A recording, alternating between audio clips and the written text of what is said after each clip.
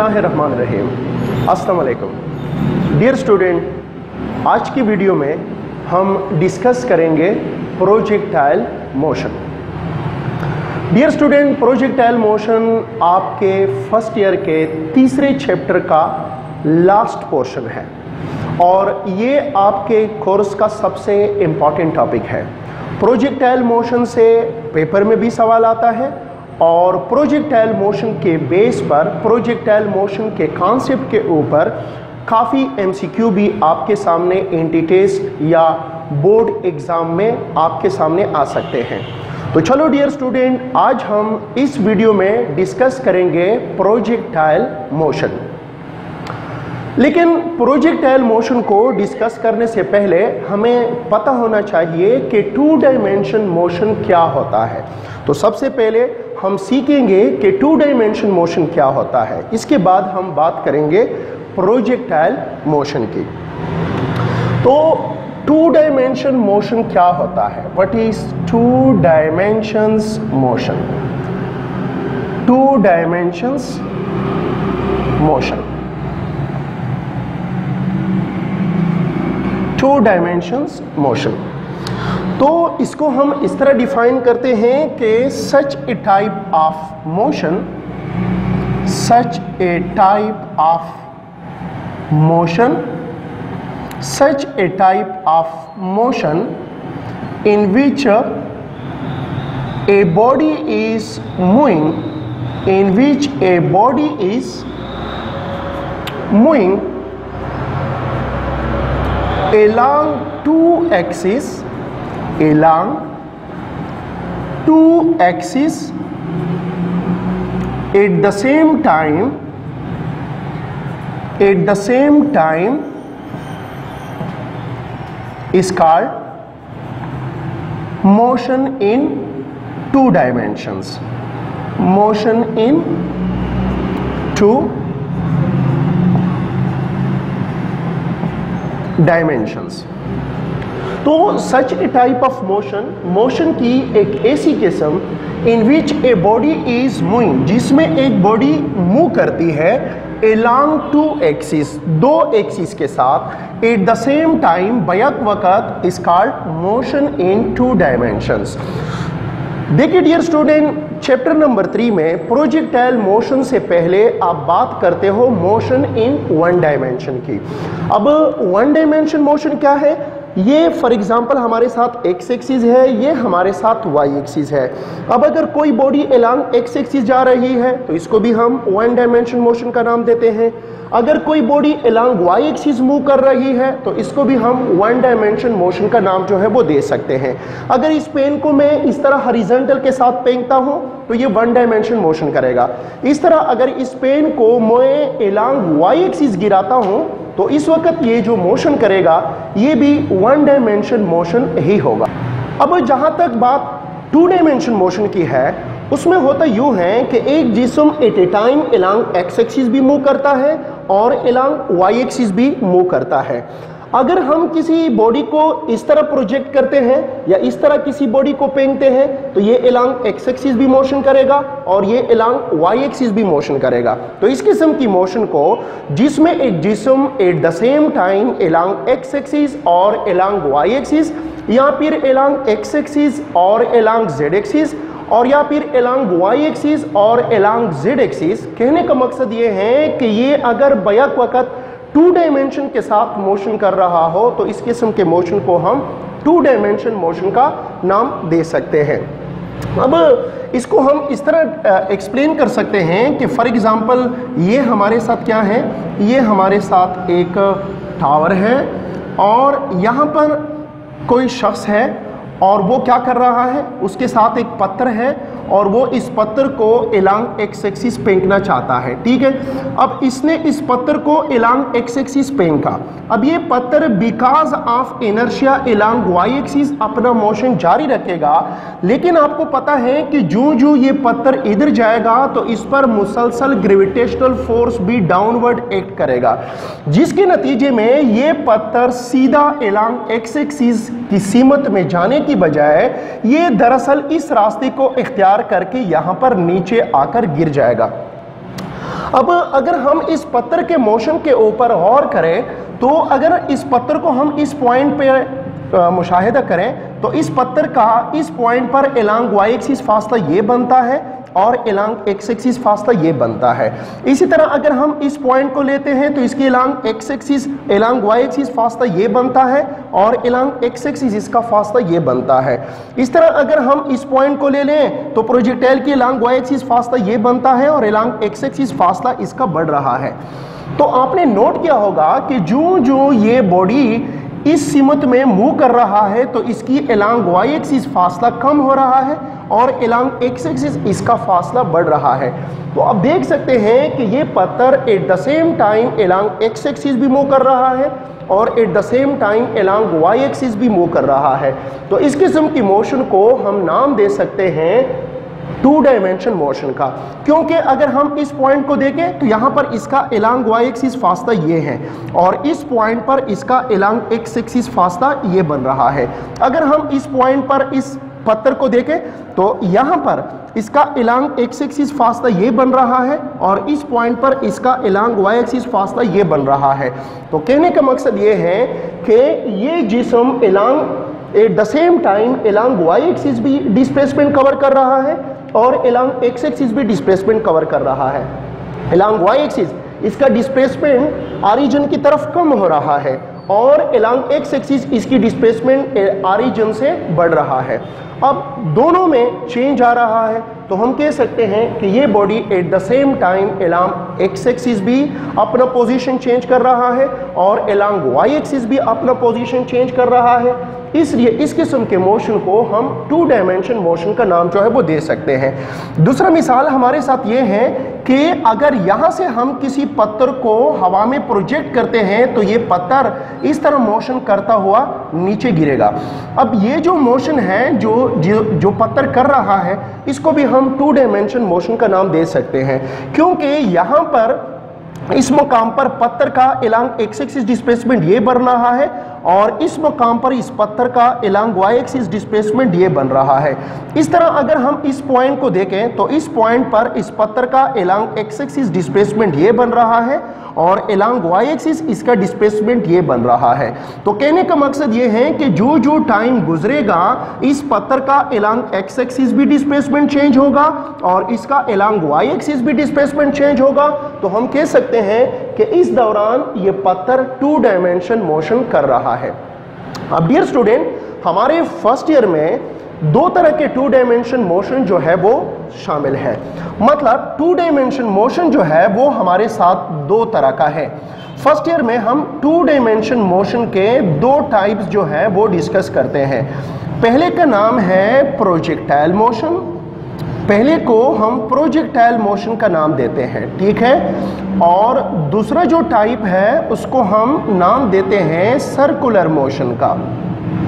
Circular motion भी two dimension motion है। अगर कोई आपसे पूछे कि चलो बताओ सर्कुलर मोशन कितने डायमेंशन में मोशन है, तो याद रखें circular motion is also a type of two dimension motion.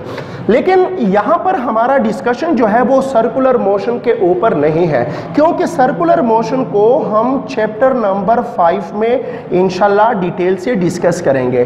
फिलहाल हम बात कर रहे हैं प्रोजेक्टाइल मोशन की। तो चलो डियर स्टूडेंट बात करते हैं प्रोजेक्टाइल मोशन की। Projectile motion, projectile motion. तो सबसे पहले हम प्रोजेक्टाइल मोशन को डिफाइन करते हैं। इसको हम इस तरह डिफाइन कर सकते हैं कि when a body is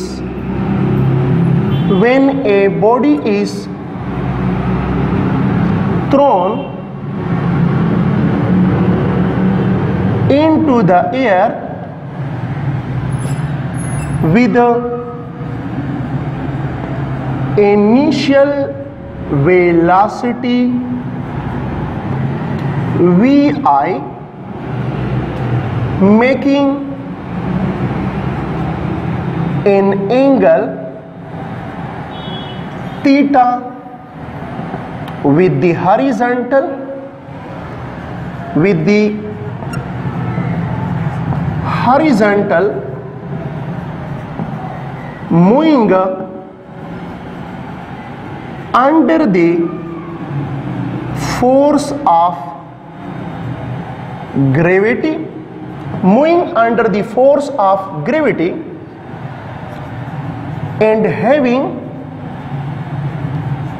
no air resistance, no air resistance is called projectile motion, and the body itself is called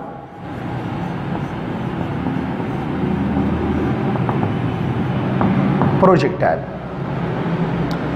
तो ये हमारे साथ डिफिनीशन है प्रोजेक्टाइल मोशन का। अब प्रोजेक्टाइल मोशन की डिफिनीशन की तरफ जाने से पहले एक इंपॉर्टेंट पॉइंट मैं आपको बताता चलूं, और वो ये है कि प्रोजेक्टाइल मोशन जो है it is a special case of, ये भी सीखे, it is a special case of two dimension motion, two dimension motion.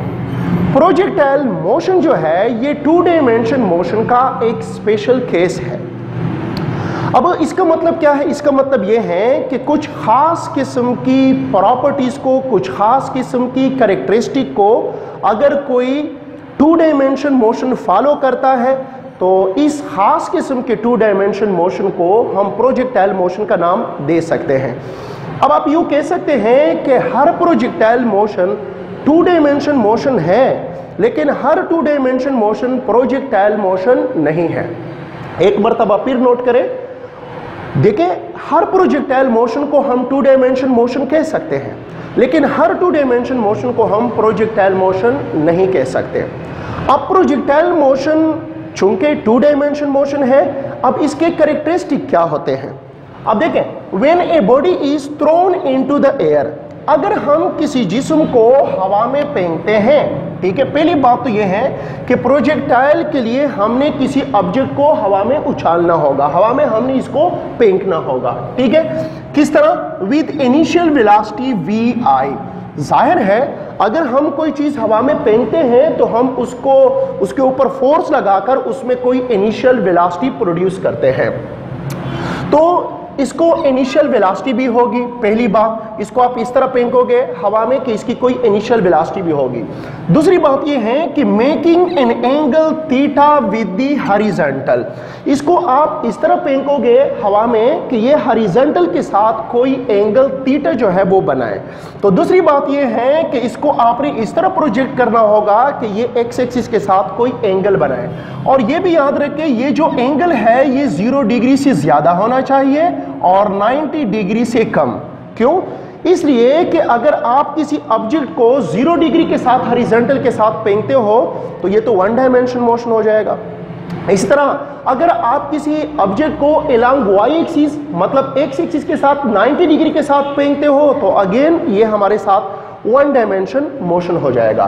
तो एंगल जो होगी वो 0 डिग्री से ज्यादा और 90 डिग्री से कम होनी चाहिए, ये दूसरी बात है। अब तीसरी बात क्या है? Moving under the force of gravity. अब प्रोजेक्टाइल के लिए ये बहुत अहम पॉइंट है। याद रखिए डियर स्टूडेंट, प्रोजेक्टाइल पर सिर्फ एक ही फोर्स एक्ट करता है और वो जमीन की कशिश की कुव्वत है। अगर किसी जिस्म पर जो टू डायमेंशन मोशन कर रहा है ग्रेविटी के अलावा भी अगर कोई फोर्स अमल करेगा तो ये टू डायमेंशन मोशन तो होगा, लेकिन ये प्रोजेक्टाइल मोशन नहीं होगा। प्रोजेक्टाइल मोशन के लिए द मोस्ट इंपॉर्टेंट कंडीशन ये है कि प्रोजेक्टाइल पर इसके फ्लाइट के दौरान सिर्फ एक ही फोर्स एक्ट करता है और वो जमीन की कशिश की कुव्वत होता है। अच्छा, चौथी बात क्या है? And having no air resistance. अब चौथी बात जो है वो भी नोट करने वाली है, वो ये है कि प्रोजेक्टाइल का शेप ऐसा होगा, प्रोजेक्टाइल ऐसे मटेरियल का बना हुआ होगा कि जब आप इसको हवा में फेंकते हो तो इस पर एयर रेजिस्टेंस बहुत ज्यादा ना हो, मतलब हम उसके ऊपर एयर रेजिस्टेंस को निगलेक्ट कर सके इसको आपने ऐसे मटेरियल से तैयार करना है या प्रोजेक्टाइल ऐसे मटेरियल का बना होगा जिसके ऊपर हम एयर फ्रिक्शन को या एयर रेजिस्टेंस को निगलेक्ट कर सके। तो एयर फ्रिक्शन या एयर रेजिस्टेंस जो है वो भी प्रोजेक्टाइल के ऊपर निग्लिजिबल होना चाहिए, ना होने के बराबर होना चाहिए। अब कोई भी जिस्म जब इन 4 बातों को पूरा करता है, मतलब आपने इसको इनिशियल वेलोसिटी के साथ फेंका, इसने हॉरिजॉन्टल के साथ कोई एंगल बनाया, इस पर सिर्फ एक ही फोर्स मौजूद है जो ग्रेविटेशनल फोर्स है, और चौथी बात यह है कि इसकी शेप ऐसा है कि हम इसके ऊपर एयर फ्रिक्शन निगलेक्ट कर सकते हैं। अब अगर कोई बॉडी मोशन के दौरान इन 4 बातों को पूरा करता है तो इस किस्म के मोशन को हम प्रोजेक्टाइल मोशन का नाम जो है वो दे सकते हैं। और एक ऐसी बॉडी जो इस किस्म की मोशन कर रहा है, ऐसे बॉडी को हम प्रोजेक्टाइल का नाम जो है वो दे सकते हैं। अगर आपने हवा में किसी बाल को फेंका, इसको आपने कोई इनिशियल वेलोसिटी दी, ये हॉरिजॉन्टल के साथ कोई एंगल भी बना रहा है, इस पर सिर्फ ग्रेविटेशनल फोर्स है और इसके ऊपर एयर फ्रिक्शन भी निग्लिजिबल है, तो अब ये जो गेंद मोशन करेगा, इस मोशन को हम प्रोजेक्टाइल मोशन बोलेंगे। और इस मोशन के दौरान गेंद को गेंद नहीं बल्कि प्रोजेक्टाइल का नाम जो है वो दिया जा सकेगा।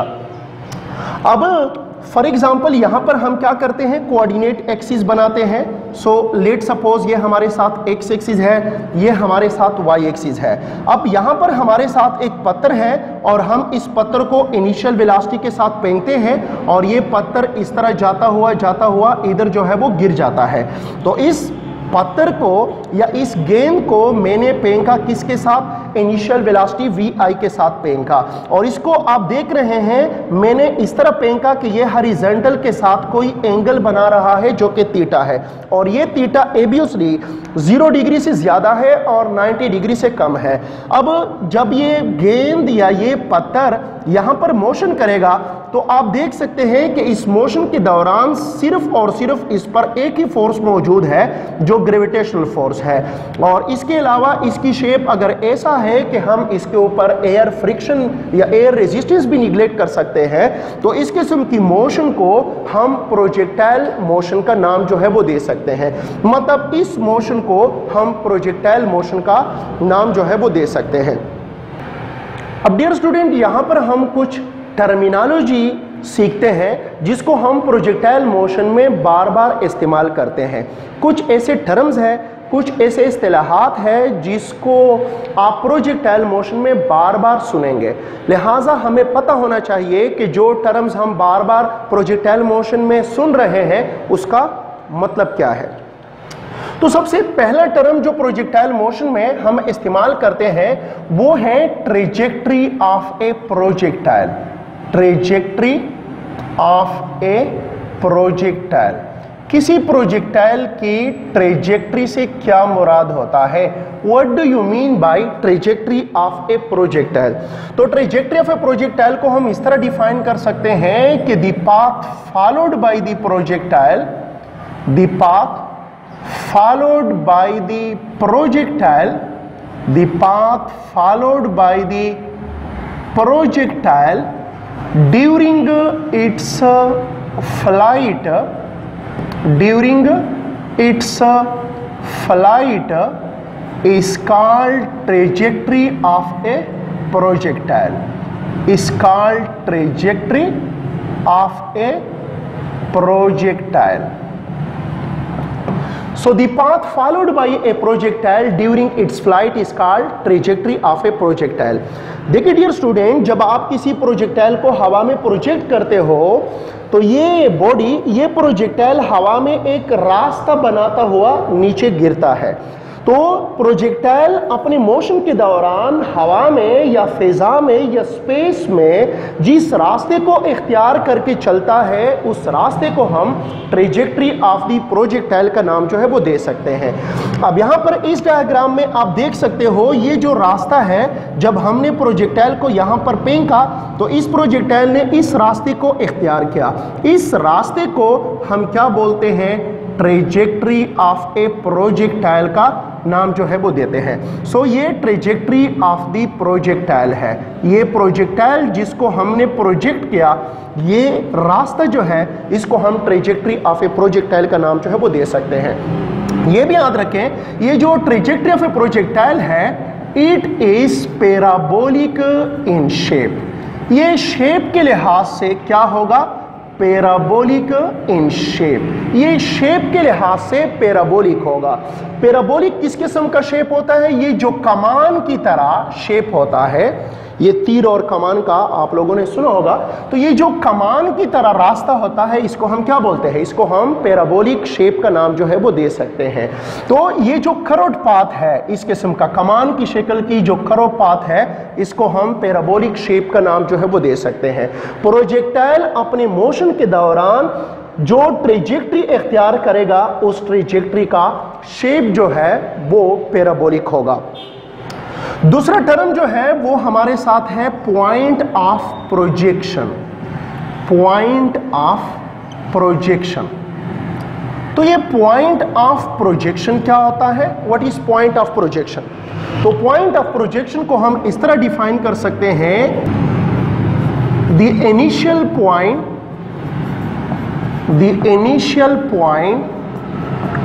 Of the trajectory of a projectile from which its flight starts is called point of projection। तो पॉइंट ऑफ प्रोजेक्शन प्रोजेक्टाइल की वो इनिशियल पॉइंट होता है जहां से इसकी फ्लाइट स्टार्ट होता है। तो उस इब्तिदाई मकाम को, उस इब्तिदाई पॉइंट को जहां से प्रोजेक्टाइल अपने फ्लाइट का आगाज करता है, उस मकाम को हम पॉइंट ऑफ प्रोजेक्शन का नाम जो है वो दे सकते हैं। तो इस डायग्राम में इस पॉइंट को हम इस प्रोजेक्टाइल का पॉइंट ऑफ प्रोजेक्शन कह सकते हैं। तीसरे नंबर पे है हमारे साथ समित पॉइंट। समित पॉइंट, समित का लफ्ज जो है ये बुनियादी तौर पर पहाड़ की चोटी के लिए, पहाड़ का या माउंटेन का जो पीक पॉइंट होता है, उसको समित का नाम जो है वो दिया जाता है। तो समित का मतलब होता है पीक पॉइंट, या एलॉन्ग वाई एक्सिस जो मुमकिन हाईएस्ट पॉइंट होता है, उसको हम समित पॉइंट का नाम जो है वो दे सकते हैं। तो समित पॉइंट को हम इस तरह डिफाइन कर सकते हैं कि द हाईएस्ट, लेकिन ये किसके साथ होगा? वर्टिकल के साथ। The highest point two which A projectile reach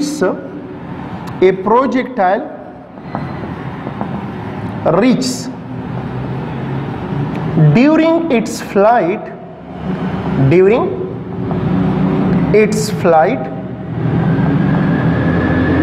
is called Samit point. तो समित पॉइंट क्या होता है? ये वो हाईएस्ट पॉइंट है along y एक्सिस जिसको कोई प्रोजेक्टाइल अपने मोशन के दौरान टच कर सकता है या वहां पर पहुंच सकता है। तो देखें, अगर प्रोजेक्टाइल यहां पर है तो इसका अलॉन्ग y एक्सिस फासला ये है, अगर यहां पर है तो इसका वर्टिकल डिस्टेंस ये बन रहा है, अगर यहां पर है तो इसका वर्टिकल डिस्टेंस ये बन रहा है। लेकिन अगर ये यहां पर होगा तो इसकी अलॉन्ग y एक्सिस सबसे ज्यादा डिस्टेंस जो है, ये सबसे ज्यादा डिस्टेंस पे होगा। तो ये क्या है? ये इसकी अलॉन्ग y एक्सिस या वर्टिकल के साथ सबसे हाईएस्ट पॉइंट है। देखिए, अगर प्रोजेक्टाइल यहां पर है तो ये हाईएस्ट पॉइंट नहीं है अलॉन्ग y एक्सिस, यहां पर है तो ये भी हाईएस्ट पॉइंट नहीं है, यहां पर है तो ये भी हाईएस्ट पॉइंट नहीं है। ये वो मुकाम है जहां पर प्रोजेक्टाइल अपने हाईएस्ट पॉइंट को पहुंच चुका है, क्योंकि इसके बाद ये मजीद इसका हाइट जो है वो क्या होता जाएगा? कम होता जाएगा। तो ये सबसे हाईएस्ट पॉइंट है और इस हाईएस्ट पॉइंट को हम समित पॉइंट का नाम दे सकते हैं। तो इसको हम बोलेंगे क्या? समित पॉइंट का नाम हम इसको दे सकते हैं। चौथे नंबर पे है हमारे साथ point of impact. Point of impact. अब ये पॉइंट ऑफ इंपैक्ट क्या होता है? पॉइंट ऑफ इंपैक्ट, इंपैक्ट की लफ्जी मानी है टकराव, टकराने के लिए ये लफ्ज अमूमन इस्तेमाल होता है। सो पॉइंट ऑफ इंपैक्ट क्या होता है, what is point of impact? तो इसको हम इस तरह डिफाइन कर सकते हैं कि the target point of the projectile, the target point of the projectile at which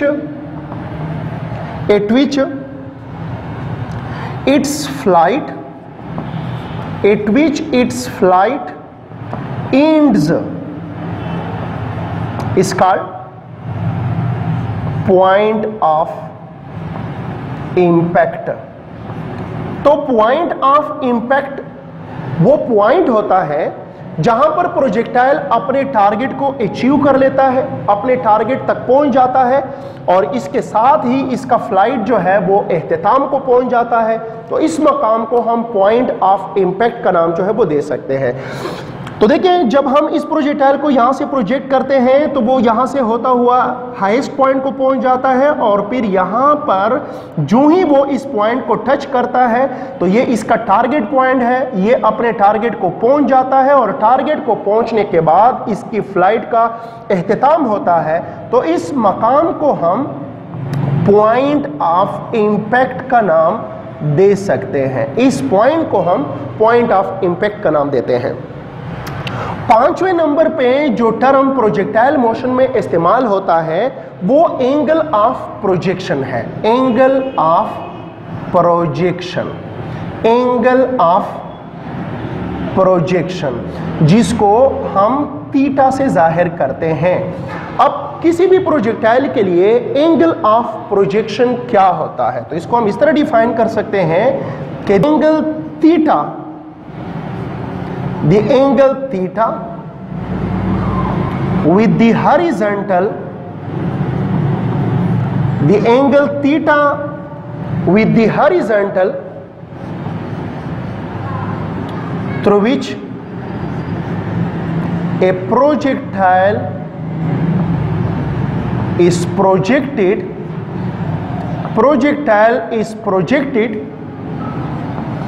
is called angle of projection. तो एंगल ऑफ प्रोजेक्शन वो एंगल है जो प्रोजेक्टाइल हॉरिजॉन्टल के साथ at the time of projection बनाता है। तो यहां पर आपको ये जो एंगल थीटा नजर आ रहा है, जो जिसको प्रोजेक्टाइल ने बनाया है हॉरिजॉन्टल के साथ at the time of projection, इस एंगल थीटा को हम एंगल ऑफ प्रोजेक्शन का नाम दे सकते हैं। इस एंगल को हम एंगल ऑफ प्रोजेक्शन का नाम देते हैं। और आपको स्टार्ट में भी बता दिया गया कि ये जो एंगल ऑफ प्रोजेक्शन है ये 0 डिग्री से ज्यादा होगा और 90 डिग्री से कम होगा। तो ये कुछ बेसिक टर्मिनोलॉजी है जो प्रोजेक्टाइल मोशन में बार बार हम इसको इस्तेमाल करेंगे। अब बात करते हैं examples of projectile motion, examples of projectile motion. अब देखें, सवाल ये है कि कोई भी स्टूडेंट ये पूछ सकता है कि ये प्रोजेक्टाइल मोशन सिर्फ किताबों में है या हमारे इर्द गिर्द भी इसके कुछ एग्जाम्पल मौजूद है। क्या हम डेली लाइफ में भी प्रोजेक्टाइल मोशन का मुशाहिदा कर सकते हैं? तो इसके जवाब ये है कि हम रोज़मर्रा ज़िंदगी में बार बार मुख्तलिफ जगहों पे रोज़ाना इसका मुशाहिदा करते हैं। अब इसके डेली लाइफ में एग्जाम्पल क्या है? तो सबसे पहला एग्जाम्पल इसका ये है कि when A bullet is fired from a gun, when A bullet is fired from a gun, अगर किसी गन से एक बुलेट हम फायर करते हैं तो ये क्या है? ये प्रोजेक्टाइल मोशन का एक एग्जाम्पल है। फॉर एग्जाम्पल यहाँ पर हमारे साथ क्या है? ये फॉर एग्जाम्पल हमारे साथ एक गन है और इस गन से फॉर एग्जाम्पल यहाँ पर एक बुलेट है और इस बुलेट को इस गन से फायर किया गया, ठीक है। तो जब ये बुलेट फायर होता है तो आप देख सकते हैं कि इस बुलेट को इनिशियल वेलोसिटी के साथ हवा में प्रोजेक्ट किया जाता है। ये बुलेट जो है ये हॉरिजॉन्टल के साथ कोई एंगल भी बनाता है जो कि क्या है, थीटा है। इसके अलावा बुलेट पर सिर्फ और सिर्फ फोर्स ऑफ ग्रेविटी एक्ट करता है और इसके अलावा बुलेट का शेप इस तरह डिजाइन किया गया होता है कि इस पर एयर फ्रिक्शन निग्लिजिबल होता है, हम इसको निग्लेक्ट कर सकते हैं। लिहाजा किसी गन से अगर हम एक बुलेट फायर करते हैं तो ये प्रोजेक्टाइल मोशन करता है। अच्छा, दूसरा एग्जांपल इसका क्या है? दूसरा एग्जांपल इसकी ये है कि आपका फेवरेट एग्जांपल, और वो ये है कि व्हेन शाहिद अफरीदी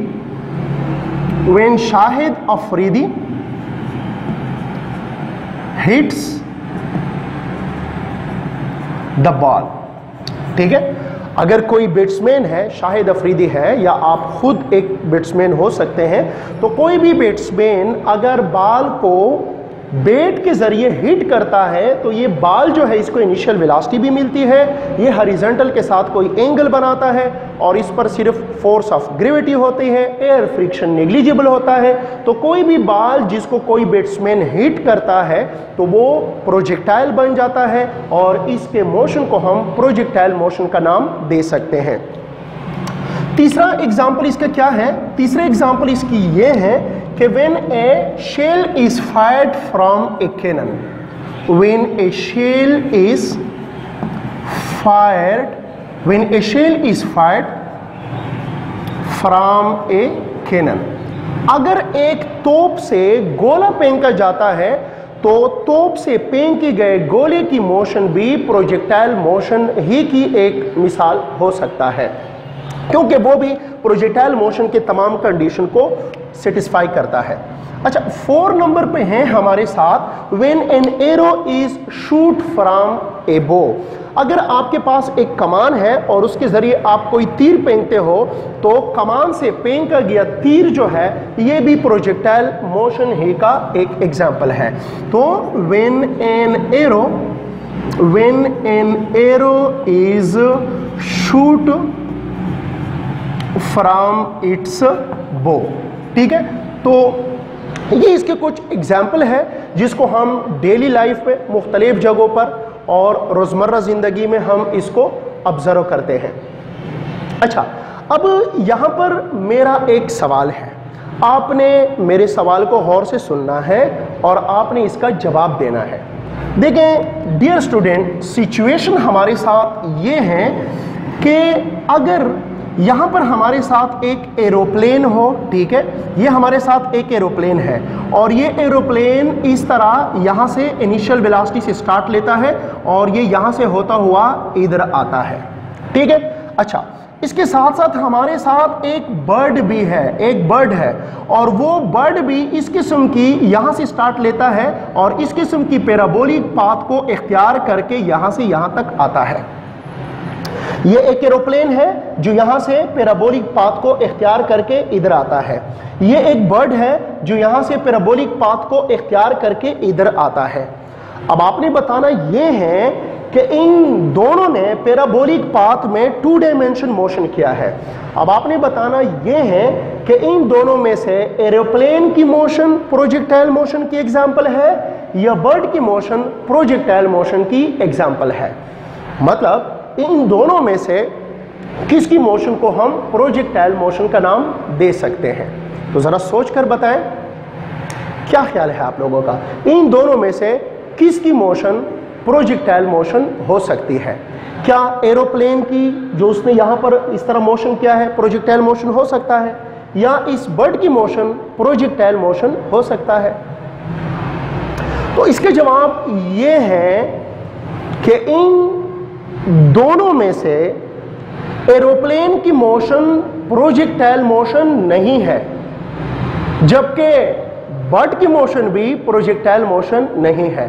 मतलब यहां पर इन दोनों में से किसी की मोशन भी प्रोजेक्टाइल मोशन नहीं है। बेशक 2 डायमेंशन मोशन है लेकिन प्रोजेक्टाइल मोशन नहीं है। अब रीजन इसकी क्या है? रीजन इसकी ये है कि आप जरा सोचें कि जब जहाज यहां से फ्लाइट शुरू करेगा और इस रास्ते को इख्तियार करके इधर जाएगा, तो जहाज के अंदर क्या लगा होता है? इंजन लगा होता है। और इसका मतलब यह है कि जब जहाज यहां से यहां तक आता है तो जहाज पर ग्रेविटेशनल फोर्स के अलावा इसकी इंजन की कुव्वत भी होती है।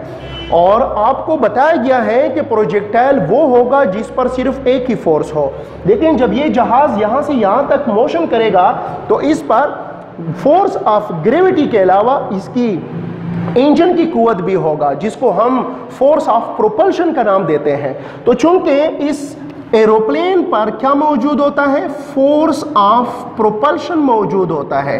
इंजन जो कुव्वत लगाता है इसको हम फोर्स ऑफ प्रोपल्शन का नाम देते हैं। अब इस जहाज पर जब ये यहां से यहां तक हरकत करता है तो इस पर ग्रेविटी के अलावा भी एक और फोर्स मौजूद होता है, इसलिए हम इसको प्रोजेक्टाइल मोशन का नाम नहीं दे सकते। अब आते हैं बर्ड की तरफ। अब आपको पता है कि बर्ड जब यहां से यहां तक जाएगा तो इस पर मुसलसल ग्रेविटेशनल फोर्स तो होगा, लेकिन बर्ड के अंदर भी तो एक नेचुरल इंजन लगा हुआ है जो इसकी विंग की सिस्टम है।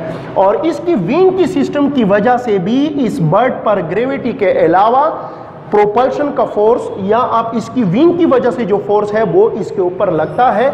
इसलिए ना तो इस बर्ड का मोशन प्रोजेक्टाइल मोशन है और ना ही जहाज का मोशन जो है वो जहाज का मोशन जो है वो प्रोजेक्टाइल मोशन है। डियर स्टूडेंट, प्रोजेक्टाइल मोशन के हवाले से एक बात जो है वो आप अपने जहन में रखें, और वो ये है कि the projectile motion is the projectile motion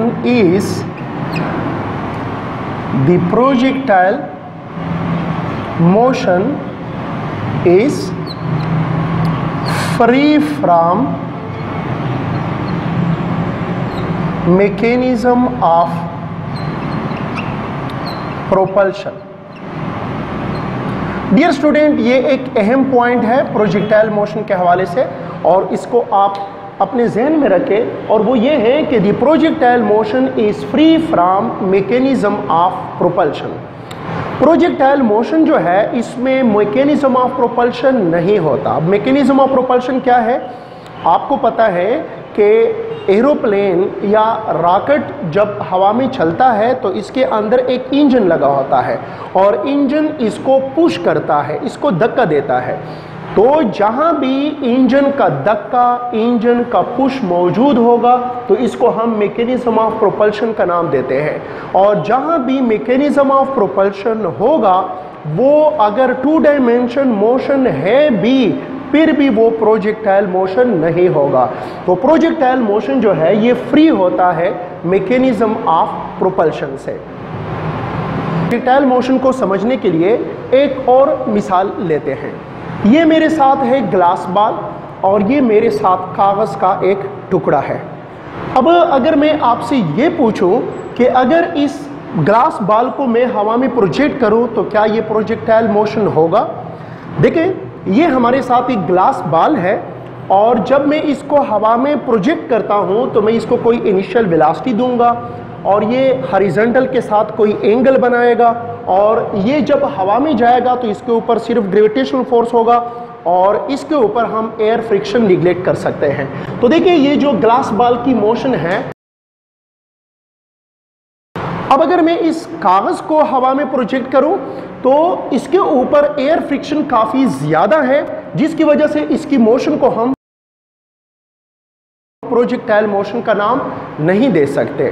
तो अगर हम हवा में किसी कागज को फेंकते हैं तो चूंकि कागज के ऊपर एयर फ्रिक्शन ज्यादा होता है और वो प्रॉपरली पैराबोलिक पाथ को एडॉप्ट नहीं करता, इसलिए किसी भी कागज को जब आप हवा में फेंकते हो या किसी भी ऐसी शे को जिसके ऊपर एयर फ्रिक्शन काफी ज्यादा हो, उसका मोशन अगर 2 डायमेंशन मोशन है भी तो वो प्रोजेक्टाइल मोशन नहीं होगा। अब प्रोजेक्टाइल मोशन को बेहतर तौर पर समझने के लिए ज़रूरी है कि हमें प्रोजेक्टाइल मोशन की कैरेक्टरिस्टिक का पता हो। अब प्रोजेक्टाइल मोशन के मुंदरजा झेल कुछ खास कैरेक्टरिस्टिक है। The projectile motion occur only when one force is applied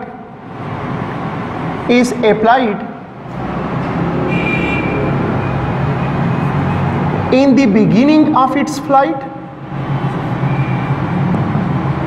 in the beginning of its flight, and after which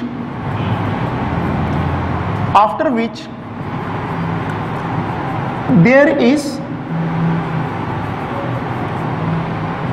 is only force of gravity on it। तो प्रोजेक्टाइल मोशन की पहली हैसियत यह है कि प्रोजेक्टाइल मोशन में हम इब्तिदा में सिर्फ एक फोर्स लगाएंगे। फॉर एग्जांपल यहाँ पर हमारे साथ कोई फुटबॉल है और ये कोई प्लेयर है। अब ये फुटबॉल चूंकि साकिन है, रेस्ट में है, अब इस फुटबॉल को मोशन में लाने के लिए फोर्स हमने लाजमन लगाना होगा।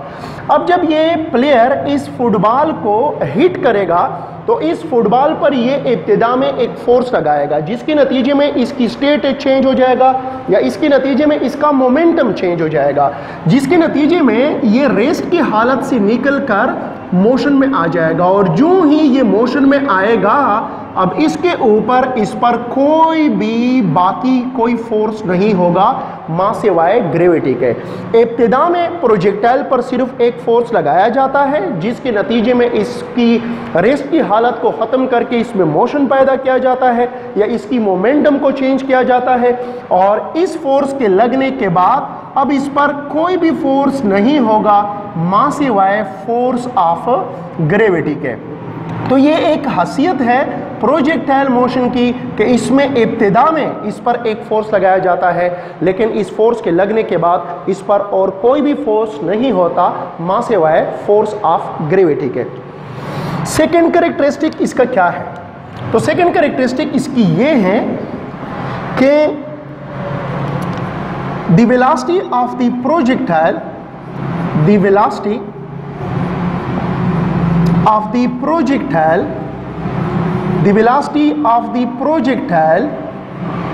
is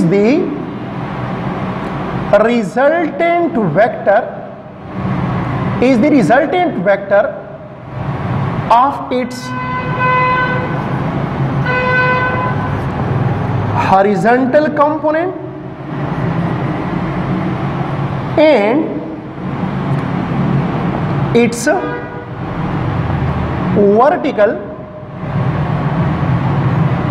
component of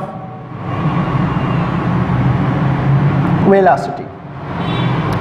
अब डियर स्टूडेंट, जैसा कि आपको बता दिया गया है कि प्रोजेक्टाइल मोशन 2 डायमेंशन मोशन है, जिसमें eight the same time projectile along X axis भी डिस्प्लेसमेंट कवर करता है और अलोंग वाई एक्सिस भी डिस्प्लेसमेंट कवर करता है। अब प्रोजेक्टाइल जब along X axis displacement cover करता है तो इससे इसकी अलोंग एक्स एक्सिस वेलोसिटी पैदा हो जाती है, जिसको हम हॉरिजॉन्टल कंपोनेंट ऑफ वेलोसिटी का नाम देते हैं। और जब at the same time projectile along Y axis motion करता है तो वाई एक्सिस डिस्प्लेसमेंट कवर करने के नतीजे में इसके अंदर एक और वेलोसिटी प्रोड्यूस हो जाती है। तो कहने का मकसद ये है कि प्रोजेक्टाइल जब मूव करता है तो इस मोशन के दौरान इसकी 2 वेलोसिटियाँ होती है। एक इसकी हॉरिजॉन्टल कंपोनेंट होता है उसकी वेलोसिटी का, और दूसरा उसकी वर्टिकल कंपोनेंट ऑफ वेलोसिटी होता है। हॉरिजॉन्टल कंपोनेंट ऑफ वेलोसिटी का ताल्लुक इस मोशन के साथ है और वर्टिकल कंपोनेंट ऑफ वेलोसिटी का ताल्लुक इस मोशन के साथ है। अब प्रोजेक्टाइल मोशन में ये वाला मोशन भी है और प्रोजेक्टाइल मोशन में ये वाला मोशन भी है। अब ये और ये जब मिलेंगे तो इससे हमारे साथ ये वाला मोशन जो है वो बनेगा। फिर से सुने, प्रोजेक्टाइल मोशन में ये मोशन भी है और मोशन का ये कंपोनेंट भी है। अब जब दोनों कंपोनेंट मिलेंगे तो इससे ये वाला मोशन हमारे साथ बनेगा। तो याद रखें प्रोजेक्टाइल की जो वेलोसिटी है ये दरअसल रिजल्टेंट वेक्टर होता है प्रोजेक्टाइल की हॉरिजॉन्टल कंपोनेंट ऑफ वेलोसिटी का और प्रोजेक्टाइल की वर्टिकल कंपोनेंट ऑफ वेलोसिटी का।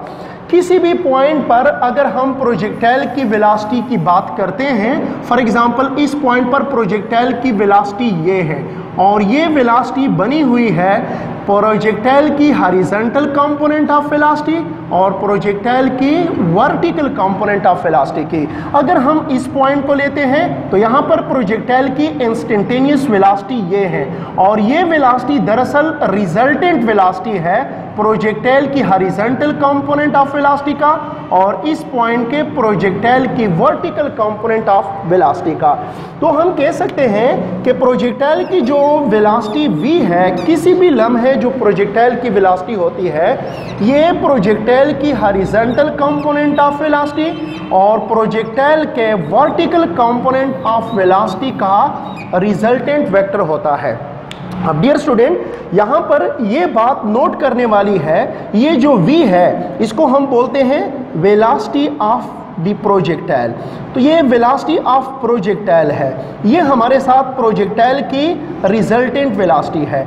अब vx क्या है, ये प्रोजेक्टाइल की अलोंग एक्स एक्सिस मोशन की वजह से जो एक्सेलरेशन पैदा होती है, ये जो वेलोसिटी पैदा होती है इसको हम हॉरिजॉन्टल कंपोनेंट ऑफ वेलोसिटी का नाम देते हैं। तो ये प्रोजेक्टाइल की वेलोसिटी का हॉरिजॉन्टल कंपोनेंट है और ये प्रोजेक्टाइल की वेलोसिटी का वर्टिकल कंपोनेंट है। सो ये vertical component of the velocity of A projectile है। तो ये प्रोजेक्टाइल की वर्टिकल कंपोनेंट ऑफ वेलोसिटी है। अब अक्सर हमसे पूछा जाता है कि या कुछ लोगों को आपने सुना होगा कि वो कहते हैं कि वेलोसिटी ऑफ ए प्रोजेक्टाइल। तो याद रखें जब भी हम वेलोसिटी ऑफ ए प्रोजेक्टाइल की बात करते हैं तो इससे हमारा मुराद ये है कि प्रोजेक्टाइल की हॉरिजॉन्टल कंपोनेंट ऑफ वेलोसिटी और वर्टिकल कंपोनेंट ऑफ वेलोसिटी दोनों से जो रिजल्टेंट वेलोसिटी आती है इसको हम प्रोजेक्टाइल की इसको हम प्रोजेक्टाइल की वेलोसिटी का नाम देते हैं। अच्छा, तीसरा कैरेक्टरिस्टिक हमारे साथ क्या है, प्रोजेक्टाइल की मोशन का थर्ड कैरेक्टरिस्टिक क्या है। तो थर्ड कैरेक्टरिस्टिक प्रोजेक्टाइल की मोशन का ये है कि the horizontal component of the velocity of A projectile, the horizontal component of the velocity of A projectile remains constant during its flight। तो प्रोजेक्टाइल की वेलोसिटी का जो हॉरिजॉन्टल कंपोनेंट है ये through out of the flight constant होता है। तो इसका मकसद ये है कि अगर आप प्रोजेक्टाइल को यहां पर प्रोजेक्ट कर रहे हो तो प्रोजेक्टाइल की वेलोसिटी यहां पर क्या है, v है या vi है, तो इसका जो हॉरिजॉन्टल कंपोनेंट होगा ये vix होगा और इसका जो वर्टिकल कंपोनेंट होगा ये viy होगा। अब अगर प्रोजेक्शन के वक्त प्रोजेक्टाइल का horizontal component for example 5 metre per second है तो इस पॉइंट पर भी प्रोजेक्टाइल का जो हॉरिजॉन्टल कंपोनेंट ऑफ वेलोसिटी होगा ये भी 5 मीटर पर सेकेंड होगा। यहां पर पहुंचकर भी प्रोजेक्टाइल का जो हॉरिजॉन्टल कंपोनेंट ऑफ वेलोसिटी है ये 5 मीटर पर सेकेंड होगा। हाईएस्ट पॉइंट पर पहुंचकर भी प्रोजेक्टाइल का horizontal component 5 metre per second होगा। यहां पर भी प्रोजेक्टाइल का जो हॉरिजॉन्टल कंपोनेंट होगा ये इसका वर्टिकल कंपोनेंट है, ये प्रोजेक्टाइल की वेलोसिटी है। यहां पर भी प्रोजेक्टाइल की वेलोसिटी का horizontal component 5 metre per second होगा। यहां पर पहुंचकर प्रोजेक्टाइल की वेलोसिटी अगर ये है तो इसका हॉरिजॉन्टल कंपोनेंट ये होगा, वर्टिकल कंपोनेंट ये होगा। यहां पर भी प्रोजेक्टाइल का horizontal component of velocity 5 metre per second होगा या कोई और वैल्यू भी हो सकती है 10 मीटर पर सेकेंड या 20 मीटर पर सेकेंड। तो कहने का मकसद ये है कि इस सारे फ्लाइट के दौरान प्रोजेक्टाइल का जो हॉरिजॉन्टल कंपोनेंट ऑफ वेलोसिटी है वो हमेशा कांस्टेंट रहेगा। तीसरा चौथा कैरेक्टरिस्टिक हमारे साथ ये है कि the vertical component of the velocity of A projectile, the vertical component the vertical component of the velocity of a projectile, the vertical component of the velocity of a projectile change uniformly and is 0 at the summit point. तो ये जो characteristic है ये दरअसल projectile के vertical component of velocity के साथ ताल्लुक रखता है। ये हमें बताता है कि the vertical component of the velocity of A projectile change uniformly. तो जब प्रोजेक्टाइल पॉइंट ऑफ प्रोजेक्शन से समिट पॉइंट की तरफ जाता है तो इसकी vertical component of velocity gradually step by step क्या होता है, डिक्रीज होता है। पॉइंट ऑफ प्रोजेक्शन पर इसका जो वर्टिकल कंपोनेंट ऑफ वेलोसिटी होगा ये मैक्सिमम होगा। जो ये ऊपर जाएगा इसकी vertical component of velocity decrease होगा। यहां पर हाईएस्ट पॉइंट पर पहुंचकर प्रोजेक्टाइल का जो वर्टिकल कंपोनेंट ऑफ वेलोसिटी होगा वो 0 होगा। लेकिन इसके बाद जो ही डाउनवर्ड मोशन शुरू होगा तो vertical component of velocity again gradually step by step uniformly क्या होगा, इंक्रीज होगा। और पॉइंट ऑफ प्रोजेक्शन पर एक मर्तबा फिर vertical component of velocity maximum हो जाएगा। जिस तरह पॉइंट ऑफ प्रोजेक्शन पर प्रोजेक्टाइल का vertical component of velocity maximum था, इस तरह इस पॉइंट ऑफ इंपैक्ट पर भी इसका जो वर्टिकल कंपोनेंट ऑफ वेलोसिटी होगा ये मैक्सिमम हो जाएगा। तो कहने का मकसद ये है कि प्रोजेक्टाइल जब समिट पॉइंट की तरफ जा रहा होता है तो उसकी vertical component of velocity decrease होता है, और समिट पॉइंट के बाद जब ये पॉइंट ऑफ इंपैक्ट की तरफ आ रहा होता है तो इसकी वर्टिकल कंपोनेंट ऑफ वेलोसिटी में हर एक सेकंड में 9.8 इजाफा होता है, 9.8 इजाफा होता है। और जब ये ऊपर जाता है तो हर एक सेकंड में इसकी वेलोसिटी में 9.8 डिक्रीज आता है, 9.8 मीटर पर सेकंड डिक्रीज, 9.8 मीटर पर सेकंड डिक्रीज इसकी वेलोसिटी में आता है। फिफ्थ नंबर कैरेक्टरिस्टिक को अब हम डिस्कस करते हैं और वो ये है कि द वर्टिकल कंपोनेंट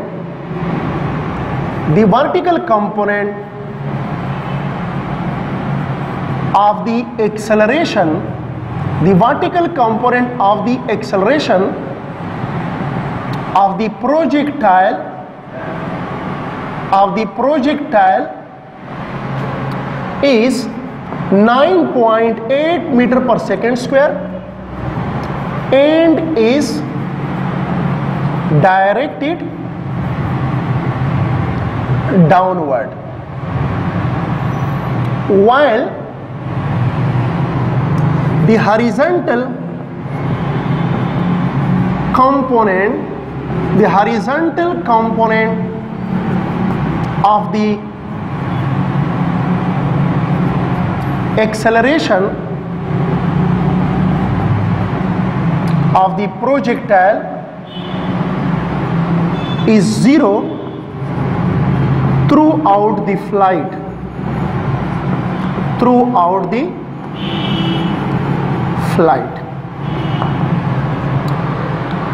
अब जैसा कि डियर स्टूडेंट आप लोगों ने कैरेक्टरिस्टिक नंबर 3 और कैरेक्टरिस्टिक नंबर 4 में पढ़ा कि जब प्रोजेक्टाइल फ्लाइट करता है तो फ्लाइट के दौरान इसकी along X axis velocity constant होती है। तो जब अलोंग एक्स एक्सिस इसकी वेलोसिटी कांस्टेंट होगी तो अलोंग एक्स एक्सिस प्रोजेक्टाइल की एक्सेलरेशन जो है वो 0 होगी। तो अलोंग एक्स एक्सिस मतलब प्रोजेक्टाइल की जो वेलोसिटी का हॉरिजॉन्टल कंपोनेंट है वो 0 है, क्योंकि वर्टिकल कंपोनेंट ऑफ वेलोसिटी जो है ये क्या है, ये कांस्टेंट है। इसलिए अलोंग एक्स एक्सिस प्रोजेक्टाइल में कोई भी एक्सेलरेशन नहीं होती। लेकिन अगर हम vertical component of acceleration of the projectile की बात करें तो आपको पता है कि अलोंग वाई एक्सिस प्रोजेक्टाइल की वेलोसिटी मुसलसल चेंज होती है। जब ये ऊपर जाता है तो इसकी वेलोसिटी यूनिफॉर्मली डिक्रीज होती है और जब ये नीचे आता है तो यूनिफॉर्मली इंक्रीज होती है। चूंकि velocity vertical component of the velocity of A projectile during the flight change होता है, इसलिए प्रोजेक्टाइल के अंदर एलॉन्ग वाई एक्सिस एक्सेलरेशन मौजूद होती है, जिसको हम ए वाई से रिप्रेजेंट करते हैं, और इसका मैग्नीट्यूड जो है ए वाई का ये 9.8 मीटर पर सेकेंड स्क्वायर के बराबर होता है। और हर एक पॉइंट पर प्रोजेक्टाइल की एक्सेलरेशन जो है वो डायरेक्टली डाउनवर्ड होती है। अगर आप यहां पर लेते हैं तो प्रोजेक्टाइल की एक्सेलरेशन एलॉन्ग वाई एक्सिस मौजूद है और डाउनवर्ड है। यहां पर भी प्रोजेक्टाइल की एलॉन्ग वाई एक्सिस एक्सेलरेशन मौजूद है और डाउनवर्ड है। हर एक पॉइंट पर प्रोजेक्टाइल की एक्सेलरेशन जो है एलॉन्ग वाई एक्सिस मौजूद होती है, और हर एक पॉइंट पर इसकी वैल्यू 9.8 के बराबर होती है, और हर एक पॉइंट पर ये डाउनवर्ड एक्ट करती है। 6 नंबर जो कि हमारे साथ लास्ट कैरेक्टरिस्टिक है वो हमारे साथ कुछ इस किस्म का है। In ideal projectile motion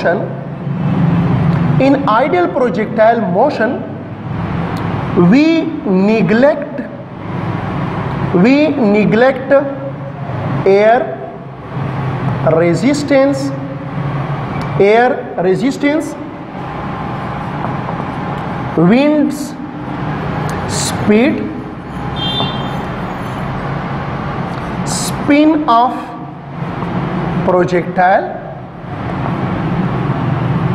and other effects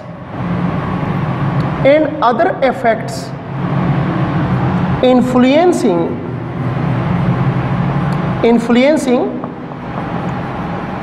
the motion of real life projectile. तो डियर स्टूडेंट, फर्स्ट ईयर में हम जिस प्रोजेक्टाइल मोशन का मुताला कर रहे हैं, जिस प्रोजेक्टाइल मोशन को हम डिस्कस कर रहे हैं, ये दरअसल आइडियल प्रोजेक्टाइल मोशन है। और आइडियल प्रोजेक्टाइल मोशन में अगर प्रोजेक्टाइल के ऊपर थोड़ा बहुत एयर रेजिस्टेंस है तो हम उसको निगलेक्ट कर देते हैं। अगर सराउंडिंग में हवाएं चल रही है, थोड़ी बहुत अगर सराउंडिंग में हवाएं चल रही है जिसकी वजह से प्रोजेक्टाइल एग्जैक्टली पैराबोलिक पाथ को एडॉप्ट नहीं करेगा, तो इसको भी हम, अगर कम हवाएं हैं तो उसको हम निगलेक्ट करते हैं। स्पिन ऑफ प्रोजेक्टाइल को भी हम निगलेक्ट करते हैं। जब आप प्रोजेक्टाइल को प्रोजेक्ट करते हो तो ये अपने महवर के गिर्द भी गोल घूमता है, जिसको हम स्पिन ऑफ प्रोजेक्टाइल का नाम जो है वो दे सकते हैं। फॉर एग्जांपल, जब बुलेट फायर किया जाता है तो बुलेट अपने महवर के गिर्द भी गोल घूमता है और आगे की तरफ ट्रांसलेशन मोशन भी करता है। तो इसकी जो स्पिन मोशन है प्रोजेक्टाइल की, उसको हम निगलेक्ट करते हैं। और ऐसे तमाम अदर इफेक्ट जो है वो हम नज़रअंदाज करते हैं, जो हमारे रियल लाइफ प्रोजेक्टाइल के मोशन को असरअंदाज करता है। तो इसीलिए फर्स्ट ईयर में जो प्रोजेक्टाइल मोशन हम डिस्कस कर रहे हैं वो बुनियादी तौर पर आइडियल प्रोजेक्टाइल मोशन को हम डिस्कस कर रहे हैं।